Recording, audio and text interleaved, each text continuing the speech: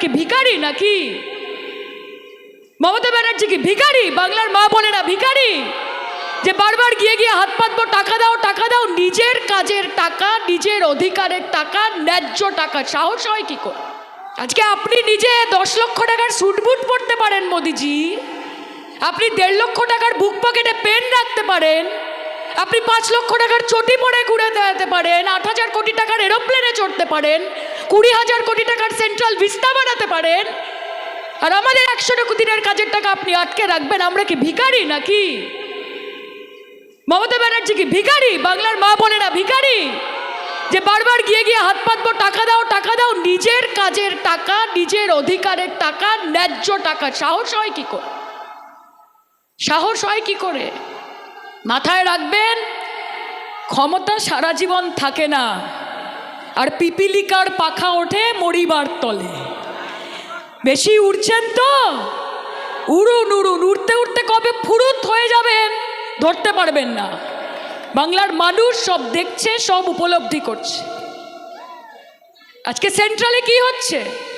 সেন্ট্রালের নেতা মন্দিরা রাম মন্দির বানাচ্ছেন, খুব ভালো, বানান না রাম মন্দির, আমরাও রামের ভক্ত।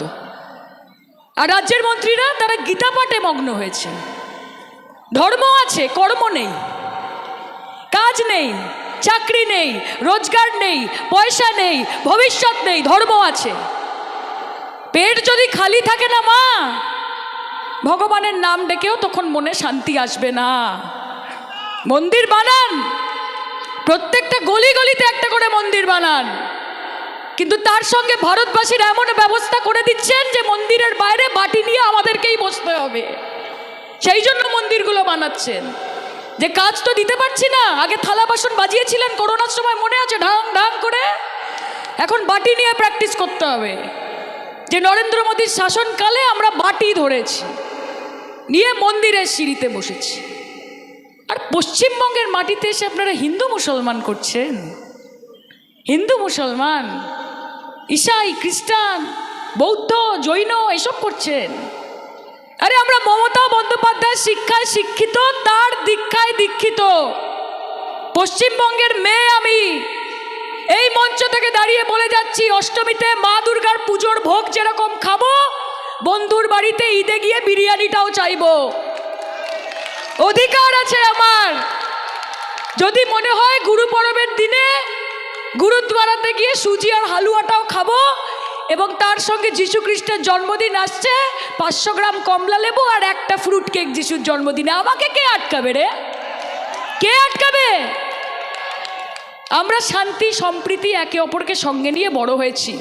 আমরা একটাই কথা জানি যে তু হিন্দু বনেগা না মুসলমান বনেগা, ইনসান কি औलाद है ইনসান বনেগা। আগে মানুষ হবে, তারপর হিন্দু মুসলমান করবে। আর শুভেন্দু অধিকারী নাম বললে দিন খারাপ যায়, নামটা বললেই একেবারে মুডও চটকে যায়, দিন খারাপ যায়, কালো বেড়ালের মতো রাস্তাঘাটে ফাট করে বেরিয়ে গেল। মাথাটা গেছে। ওনাকে একটাই কথা বলতে চাই যে শুনুন, যাকে নিয়ে এত কুৎসা করছেন তিনিই আপনাকে 33টা পদ দিয়েছিলেন। আপনার বাড়ি, আপনার বাবা, আপনার ভাই শুভেন্দু অধিকারীর নামটা বাংলার মানুষ জেনেছে, কারণ তার পেছনে মমতা ব্যানার্জি বলে একটা নাম ছিল, তাহলে কেউ জানতে পারতো না।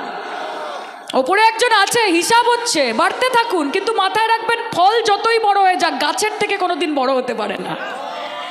কাজে লাফান ঝাপান করুন, তাহলে আপনাকে বিজেপিতে রাখার এমনিও কোনো কারণ নেই। লাফান ঝাপান করেন বলেই আপনাকে বিজেপিতে রাখা হয়। এবং মাথায় রাখবেন, যত মমতাদিকে অপমান করবেন, যত ওনাকে কালিমালিপ্ত করবেন, সেই কালির ডালিটা এসে আপনার মুখেই পড়বে ভোটের বাক্সে। আমি আপনাদেরকে একটাই কথা বলতে চাই, মা, এই লোকসভার নির্বাচন যেটা আগামী দিনে আসছে, সেটা শুধুমাত্র আপনার বাড়ি, আপনার রাস্তা, আপনার কলে জল আসছে কিনা সেটার ইলেকশন নয়, এটা দেশের ইলেকশন। আজকে 142 জন সাংসদ যারা বিরোধী পক্ষের, তাদেরকে সাসপেন্ড করে দিয়েছে, তাদেরকে সংসদ থেকে বাইরে করে দিয়েছে। ফারুক আবদুল্লার মতো বয়সজ্যেষ্ঠ লিডার আমাদের পক্ষ থেকে সৌগত রায়ের মতো বর্ষিয়ান নেতা এদেরকে স্কুলের বাচ্চাদের মতো সাসপেন্ড করে পার্লামেন্ট থেকে বার করে দিচ্ছে। এদের সাহস! সংসদীয় গণতন্ত্র বলে আর কিছু বাকি নেই, গোটা পার্লামেন্টটাকে খালি করে দিচ্ছে যাতে চুপচাপ নিজেদের মধ্যে বড় বড় বিল পাস করতে পারে। আর এই বিলগুলো আগামী দিনে গিয়ে আপনার বাচ্চাদের প্রভাবিত করবে।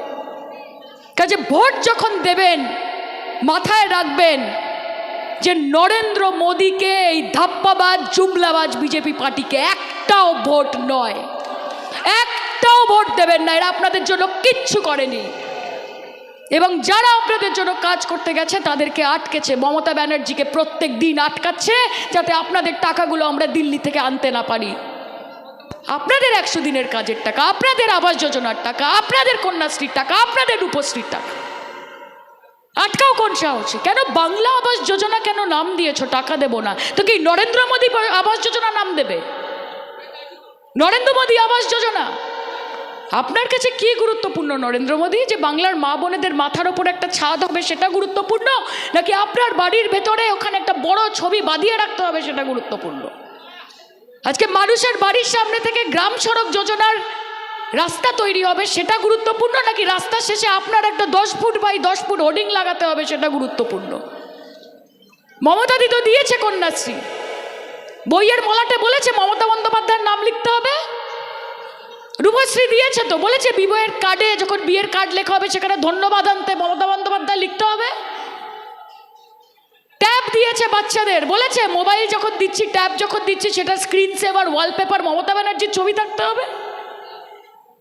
যার মানুষের জন্য কাজ করার মা সে এমনিই কাজ করবে।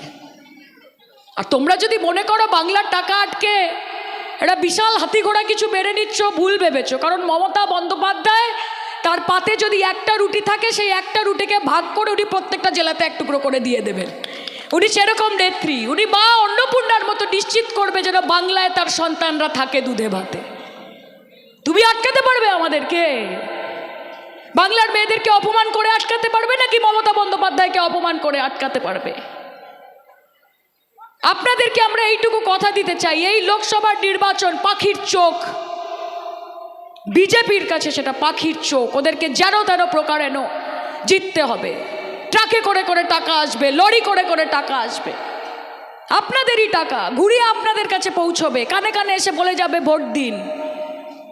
টাকা নিয়ে নেবেন, টাকা দিতে এলে টাকা নিয়ে নেবেন, বাজারে যাবেন, ভালো করে মাংস কিনবেন, বাড়িতে আনবেন, রান্না করবেন, জমিয়ে খাবেন, গিয়ে মমতা বন্দ্যোপাধ্যায়কে ভোট দিয়ে চলে আসবেন। আপনাদের টাকা আপনাদেরকে দিচ্ছে, এই ধাপ্পাবাজিদের ধাপ্পাবাজি ওরা বুঝবে।